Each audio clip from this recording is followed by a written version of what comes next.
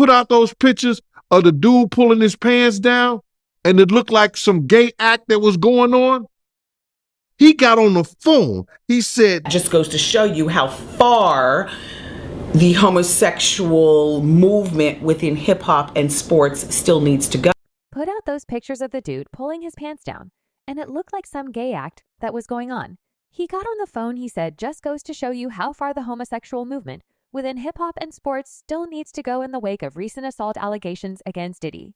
The whispers about his sexuality, long dormant, have been rekindled, casting new light on an old controversy. Amid this resurgence, it's crucial to revisit the pivotal role played by Wendy Williams, a fearless whistleblower.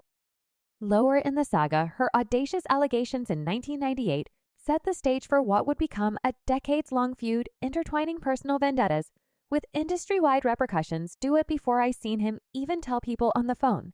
Before like he did Wendy Williams then.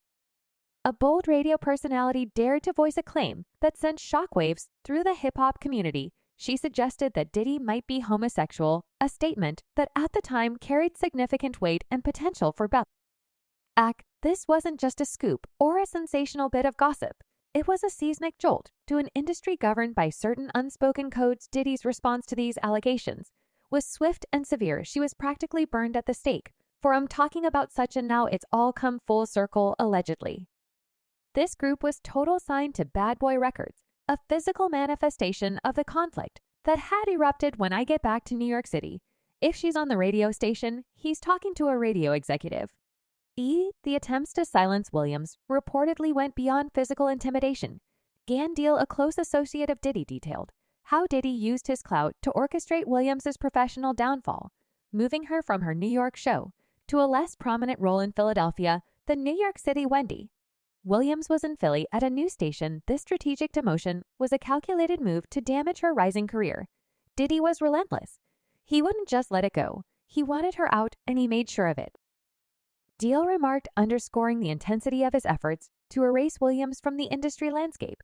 Despite these formidable challenges, Williams' resilience and determination stood out. Her journey from Northeastern University to the small station in the U.S. Virgin Islands, and eventually to W2 Shoe in New York City, was marked by perseverance and hard work.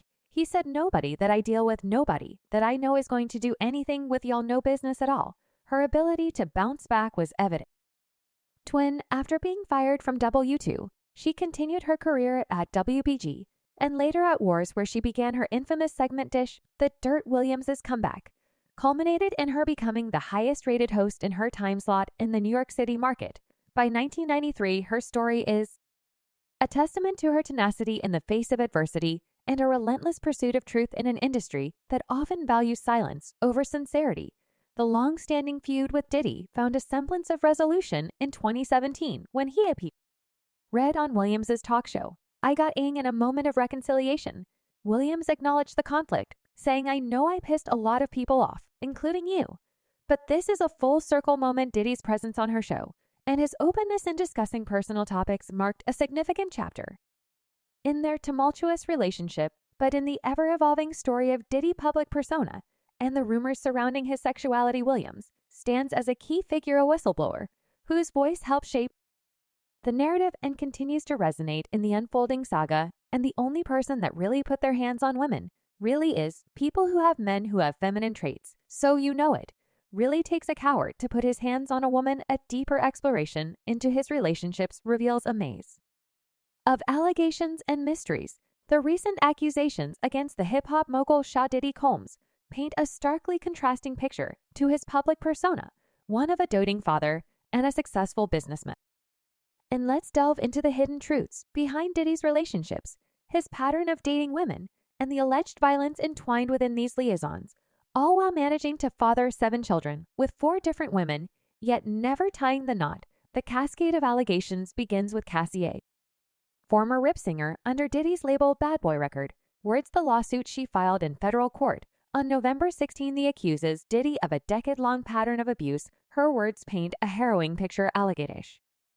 Once Cassie was held down by Mr. Combs and endured over a decade of his violent behavior and disturbed demands. Reads the lawsuit, it claims his controlling behavior began in 2005 extending to her apartment car clothing, and even her medical records. The extent of this alleged control hints at a darker side to Diddy's personality, contrasting sharply with his public image as a family man and industry leader. Cass's allegations do not stop at control and manipulation. She describes incidents of battery and forced sex acts with male sex workers, a shocking revelation that adds a sinister layer to the narrative. The lawsuit describes Diddy as a textbook abuser who initially offered a protective relationship but soon entrapped Cassie in a cycle of abuse and violence. The filing cites an instance in 2009 where Diddy allegedly kicked Cassie repeatedly in the face, leading to her being hidden in a hotel room, a chilling example of the lengths he would go to maintain control. The lawsuit also touches on Diddy's alleged intimidation tactics, including blowing up a man's car and dangling a friend over a 17th floor balcony.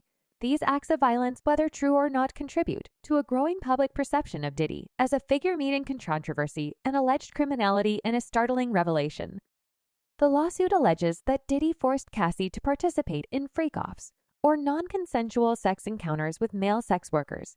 These encounters said to occur in high-end hotels and sometimes as often as once a week were reportedly documented by Diddy.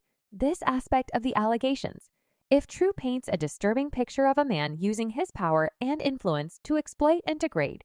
So she claims she did try to leave several times, but Diddy would always send his team to find her, track her down, bring her back, under the basis that her career would be ruined if she left. The substance abuse detailed in the lawsuit further complicates the narrative. Cassie speaks of consuming excessive amounts of substances leading to addiction and memory loss.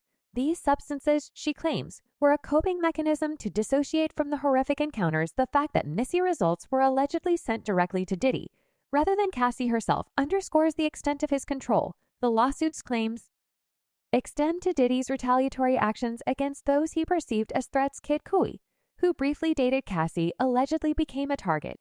This is all true. Kid Q confirmed to the New York Times, referring to the allegation that Diddy blew up his car in 2012. Even Diddy's relationship with his children, though publicly celebrated, comes under a new lens. He shares 7 kids with 4 different women: Quincy, Justin, Christian, Chance twins Delia and Jesse, and loves seeing the fact that Diddy has never married. Despite his numerous relationships and children, adds another layer to the enigma surrounding his personal life. Each of Diddy's relationships with the mothers of his children tells its own story. For it stands his relationship with Kim Porter, which resulted in 4 children, ended amidst allegations of infidelity and betrayal.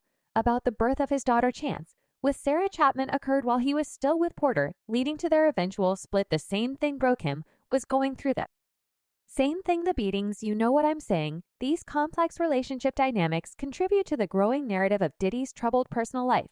The web of allegations surrounding Diddy, particularly his tumultuous relationships with women, raises an intriguing question. Could these patterns of bizarre and horrifying behavior be it to conceal his true sexuality? This hypothesis gains traction when juxtaposed against the backdrop of the old accusations by Wendy Williams, who once dared to voice what many might have only whispered, suggesting that Diddy might be homosexual. But I'm not homophobic, and I really don't, care.